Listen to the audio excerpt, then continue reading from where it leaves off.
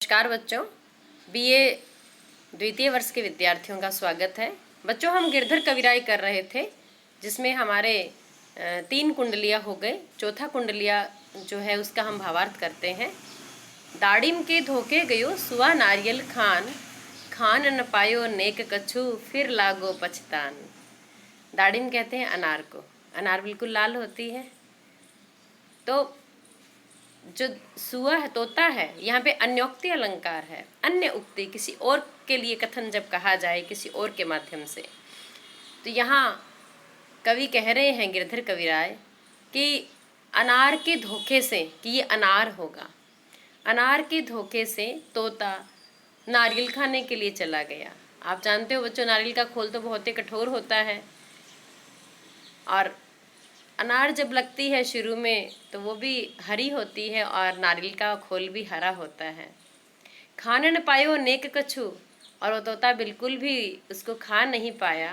फिर लागो पछतान, और बाद में वो पछताने लगा, परेशानी में आ गया, क्योंकि जब उसने चोंच मारी तो बल्कि चोंच में दर्द हुआ, चोंच झटके से चोंच टूट गई, दिक्कत ये हुई।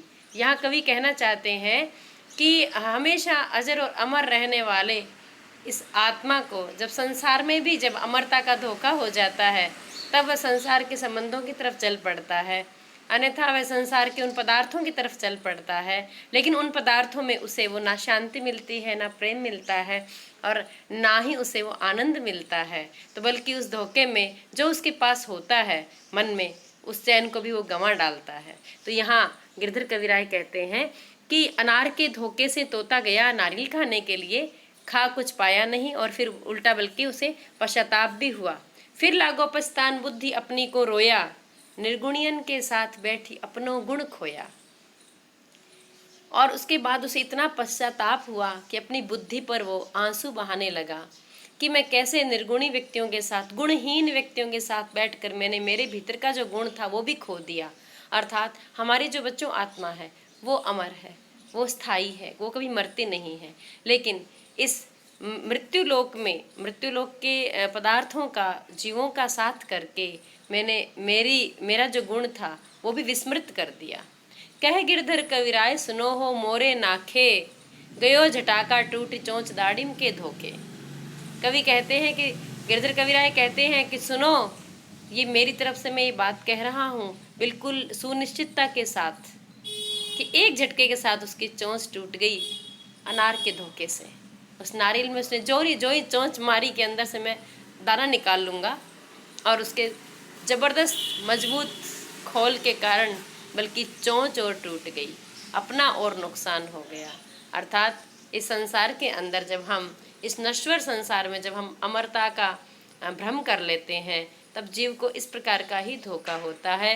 ये नीति के साथ साथ बच्चों बहुत आध्यात्मिक संदेश भी देता है ये कुंडलिया जैसे मैंने आपको बताया, 2 पंक्तियां दोहे की होती है और 4 पंक्तियां रोला की होती है, तब वहाँ कुंडलिया छंद होता है।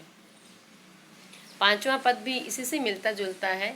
भूलो चातक आए के घटा धुआं को देखी। घटा माने आकाश में छाए हुए जो बादल होते हैं। तो हुआ क्या कि आकाश में तो धुआं छाया हुआ था, और जो चातक पक्षी है जो केवल स्वाति नक्षत्र की बूंद को ही पीता है, तो भूलो मतलब भ्रम के वशीभूत होकर चातक आया। उसने क्या देखा, धुआं चारों तरफ छाया हुआ था, उसे लगा कि ये बादल छाए हुए हैं। बादल समझकर यह जानी जस जलज है, उदाहरण अलंकार, उसने क्या जाना, उसने ये जाना जैसे ये जलज है, जल को लेकर आए हैं, बादल हैं। बादल श्याम बिसेखी, और ये काले सांवले विशेष बादल हैं जो पानी लेकर आए हैं मेरे लिए, और स्वाति नक्षत्र में जब ये बरसेंगे तो मैं उस बूंद का पान करूँगा। ये सोचकर चातक दौड़कर आया। बादल श्याम बिसेखी देखी तोता को धायो, एक दिन संकट परे कौन काके घर आयो। चातक कहता, कवि गिरधर कविराय कहते हैं कि जो चातक है ना, उसने सोचा कि विशेष सांवला बादल है, ये देखकर तो मने वह, ता उसकी तरफ, तो ता को धायो, जो चातक है वो उस धुएं के बादल की तरफ दौड़ा, भ्रम के वशीभूत होकर एक दिन संकट परे कौन काके घर आयो। जब कभी कोई किसी के संकट पड़ता है तभी कोई किसी के घर जाता है, अन्यथा कोई क्यों जाता है। चातक प्यासा था तभी तो वह धुएं को भी बादल समझकर उसकी तरफ दौड़ा, क्योंकि वह स्वाति नक्षत्र का जल पीना चाहता था। कह गिरधर कविराय धुआं को ये फल पायो, जो जल को तू गयो सोई नयनन जल आयो।